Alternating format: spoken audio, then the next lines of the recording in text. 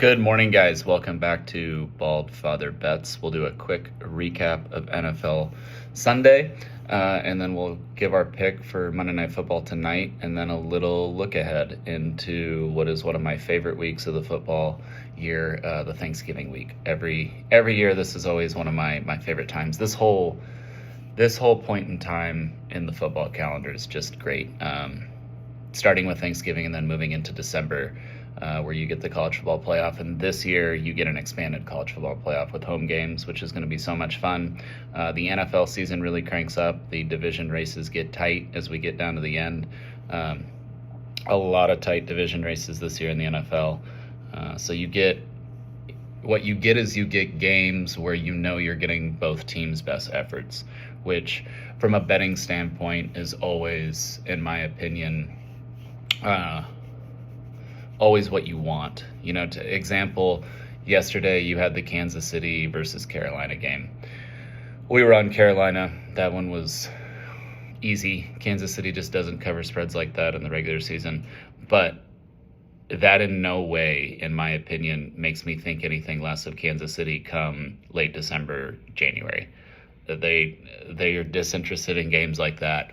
If that same game had been played as the opening round of the playoffs and they were playing at Carolina, Kansas City wins that game by 4 touchdowns. So it's just you get a different level of effort from these teams as you move into this part of the year versus that you do in that October to November range. Mainly I'm talking about NFL. College, it's a little different because how much each game matters for the postseason. But in the NFL, you get a different effort level for sure.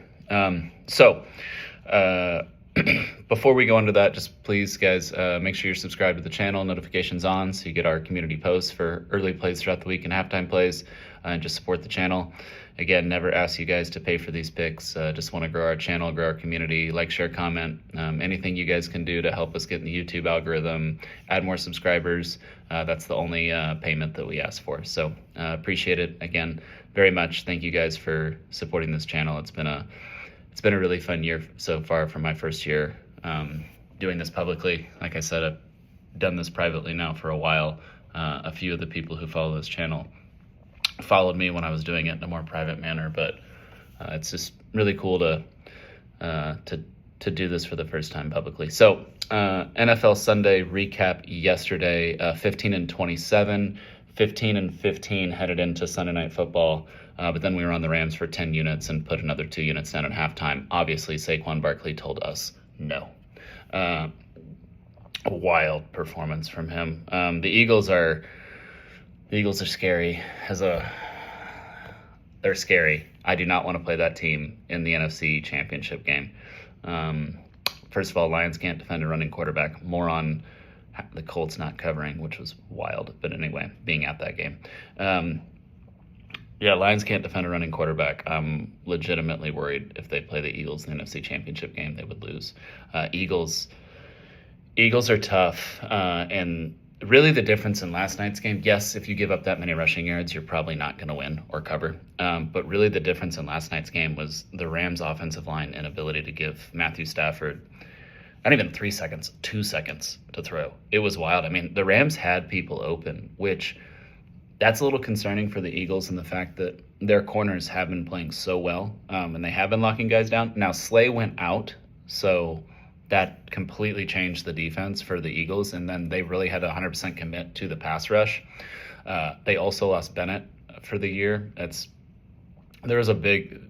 Eagles won that game huge. There's some concerns on injury-wise, and then on the defensive side for the Eagles, zero concerns for them on the offensive side because they did that without Devontae Smith, and they'll get him back. But if you watch that game, some questionable officiating, but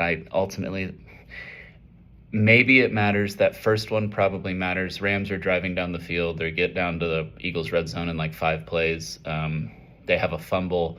They get the snap off before the challenge flag comes out, but the officials award Sirianni the challenge. That was a little, like I said, you lose the game 37-20 when you have +3 and you give up like 300 yards rushing. It's not because of officiating, but that was a little annoying. And then Sirianni declines a penalty. It's 4th and 3. Rams are going to go for it. Rams are one of the best teams at getting those. When you need like 3 yards on a passing down, getting it, because Cooper Kupp and Nakua are so good at in and out routes, just quick. So they usually have one of them open. And then Sirianni's like, no, I want to take the penalty and make it 3rd and 13. Then they take a sack, then they miss the field goal. There were some sequences with the officials that were a little annoying last night, but it is what it is. But yes, that first one, that was probably a big deal. Rams going down and fumbling the ball, and then them giving it to the Eagles, because I mean they were about to go up at least 3-0, most likely 7-0. But the other side of that is the Eagles marched down the field, and they only came away with 2 field goals at the beginning. I mean, it could have been 14-7 when it was 7-6 to start. So I mean, the Rams still had chances there to kind of take control, and they just didn't. And Kyron Williams could not hold on to the ball. That's becoming a theme with him. As good as he is, as much as I like him, it's becoming a theme with him that he can't hold on to the ball. So anyway, that turned us into a negative day. Previous to that, how we got to the 15-15 mark,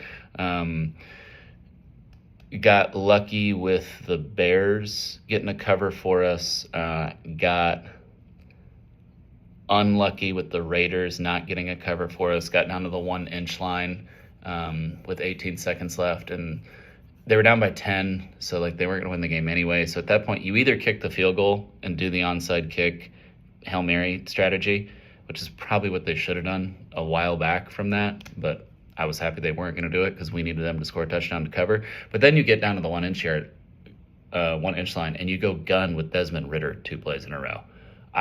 Just QB sneak it and get it in. And if you get stopped, then you get stopped, game's over. Who gives shit anyway? You already lost the game. Just get the touchdown. You have Desmond Ridder, backup quarterback, in. You go gun on the Broncos defense, one of the best defenses in the NFL, especially in the red zone. You go gun right. This makes no sense. First play is incomplete pass. Second play, he takes a sack. Game over. So unlucky on that one. The Colts-Lions one, man. I know the Lions won 24-6. We should have covered that game. The opening sequence of the game, I think they called like 3 or 4 design runs with Anthony Richardson. He popped them for like 8 yards each. They get down there, they can't come away with a touchdown. They kick a field goal. I don't think they went back to it again till like 5 minutes left in the fourth quarter. I don't understand it. Lions have Alex Anzalone out. The Lions traditionally cannot defend running quarterbacks. I think Anthony Richardson hit his over for rushing yards like less than halfway through the third quarter. And 75% of it was on the first drive. Like, they just never went back to it. It was very, very frustrating to watch. I mean, go Lions. So that was cool. But, Goff did not have his best game. Lions were sluggish offensively, which is kind of what we thought would happen, given that they have these 2 division games back-to-back Thursday nights coming up. But Colts I'm beginning to question Shane Steichen pretty hard, actually.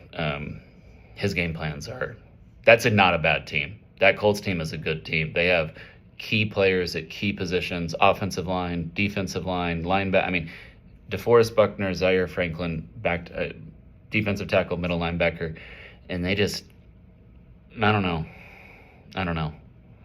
I kind of agree with a lot of the stuff McAfee said on calling them out and calling out the locker room and all that stuff, but I think a lot of it starts with Steichen, that their offensive game plan is just, they have no identity. It's really weird. It's really weird to watch, actually, because they're a really good team and they just can't put it together. That's pretty much the NFL Sunday recap. Just back and forth all day, and then our big unit play was at the night game, and obviously we lost that one. So still a good week. Really going to come down to Monday Night Football tonight. I will give that play now. I've already given it. Chargers plus the 3, 10 units. Looking at this Chargers team, they're actually really similar. I got to be careful. They are not similar to the University of Michigan last year. Betting on them is similar to the University of Michigan last year in that they do the same thing that a Jim Harbaugh team does.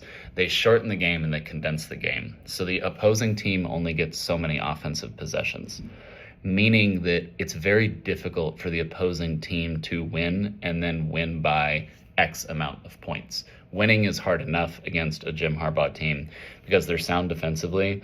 They run the ball, they shorten the game, they don't beat themselves, all the cliche things about, smart football.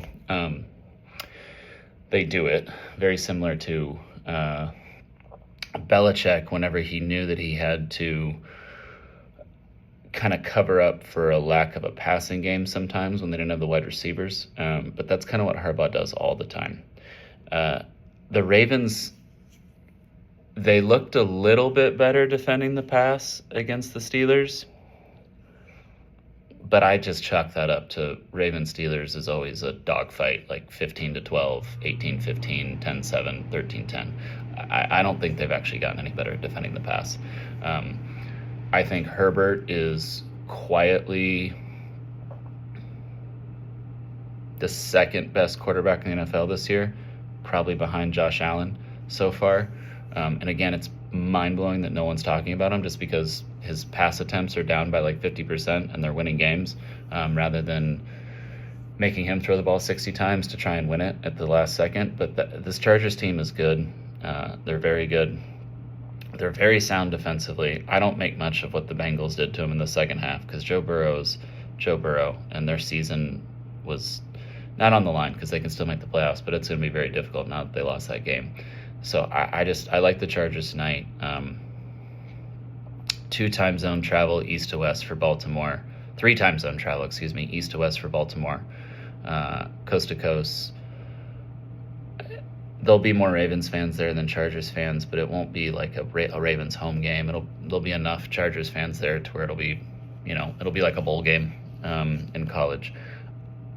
Yeah, like the Chargers here. Like them defensively, like their ability to throw on play action against a porous Ravens secondary. And the fact that it's so difficult to beat a Harbaugh team by more than one score. So we're taking the +3. I actually think there's a really good chance it's a field goal game either way.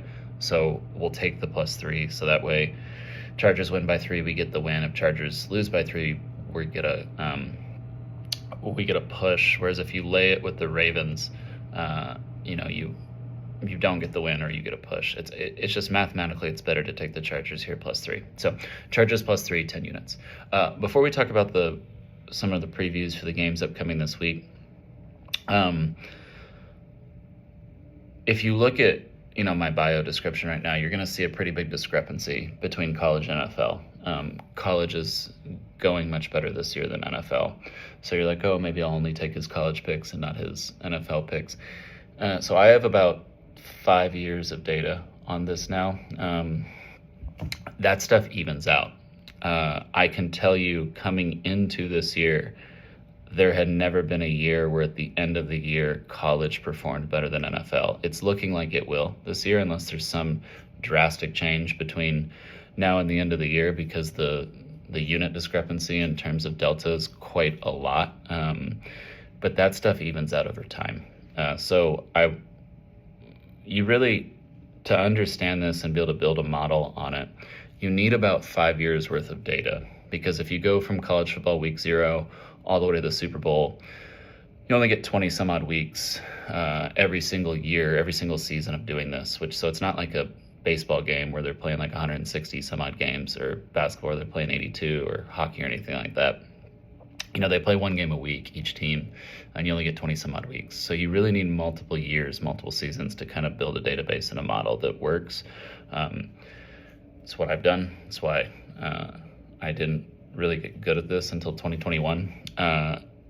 So yes, this season it's going pro college, but that stuff evens out over time. So the goal is that both of them are just winning, and so that way overall the record is winning. So just I would stick with both college and the NFL. They tend to even out over time. NFL model tends to perform really well in the playoffs as well, especially, and then late season when the division races start to come up. It performs well over the whole season, but yeah. So that's it for kind of talking about the overall topics. Looking at the week as we come up this week, You have the Thanksgiving games, the traditional Thanksgiving games, as well as the Packers on Thanksgiving night, which is pretty awesome.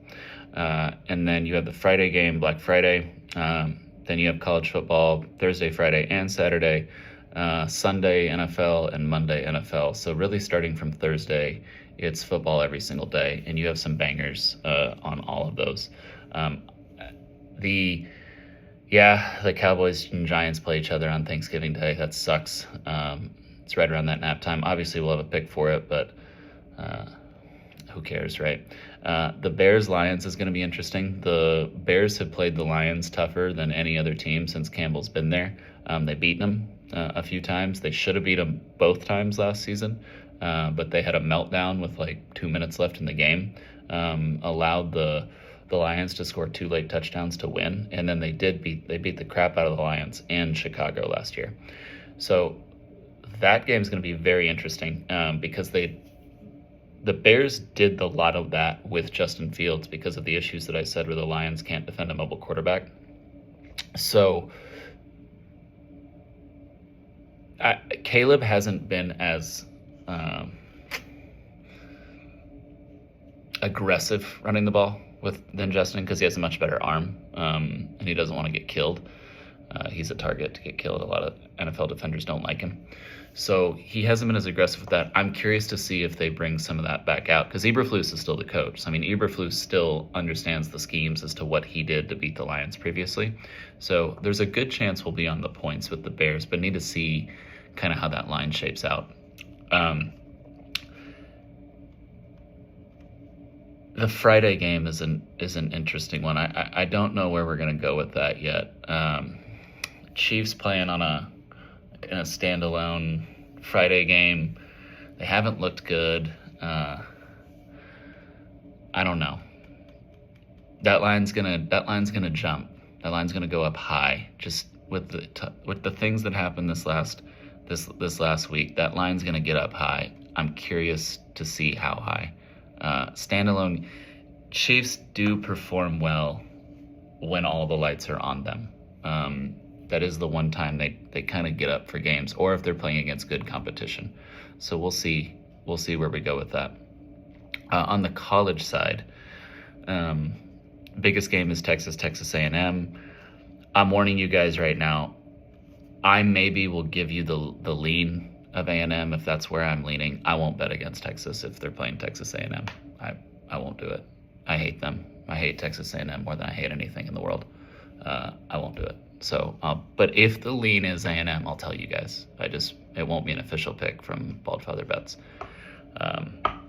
I'll shut this channel down before I give an A&M pick against Texas. But I will let you know the lean. Right now, actually, though, the lean is Texas minus the points because A&M's a trendy dog right now. And Marcel Reed did not show me what I needed. Now, Auburn's defense is very good defending the run and defending option QB. I think maybe they're a bit more sound in that, but overall, Texas's defense is better and faster. So if, let's say, Texas goes up 21-0 the way Auburn did, I don't think you're going to get a storming comeback by A&M. But right now, the lean is Texas, but way too early on that one to tell. That game's not until Saturday night. Iron Bowl is going to be an interesting one. Ohio State, Michigan. Models are going to say Michigan. I know what my model says. Almost every model is going to tell you that you should take the points with Michigan. That could just be a revenge game. So I will be very hesitant to follow a model with Michigan and take the points because if Ryan Day and Ohio State can do it, they will run up the score. Just to prove a point. So that one is either I may flip it, I may stay away. I always like to bet on that game, though. It's always fun, right? You want to have something going for the Ohio State-Michigan game, but unit-wise, it probably will not be a big one for us. South Carolina, Clemson. It's funny because I'm a huge advocate that South Carolina should make the playoff. I think they're really good. We've been talking about them on this channel for a while. There's a really good chance we're going to be on Clemson minus the points. So, yeah, in Death Valley. Clemson now has a shot to make the playoff at 10-2 if they win that game. Actually, I think they will make the playoff at 10-2 if they win that game. So, yeah, we'll see. Beamer versus Dabo. I like Beamer a lot more, but outside of that game against Louisville, Clemson hasn't been bad. Even the game against Georgia, I know they got smacked, but if you go back and watch that game, there's a few key things that happened here. Louisville was bad. They got absolutely boat raced by Louisville. The Georgia game, score was bad, game wasn't as bad. Outside of that, Clemson's been pretty good. So we'll see. We'll see where we lean there. NFL Sunday, no real reads on any of those plays yet. I haven't gotten the time to look at the Sunday slate yet, but we will. Obviously, we'll come at you guys with multiple videos this next week. We'll have one probably every day, Thursday, Friday, Saturday, Sunday, Monday.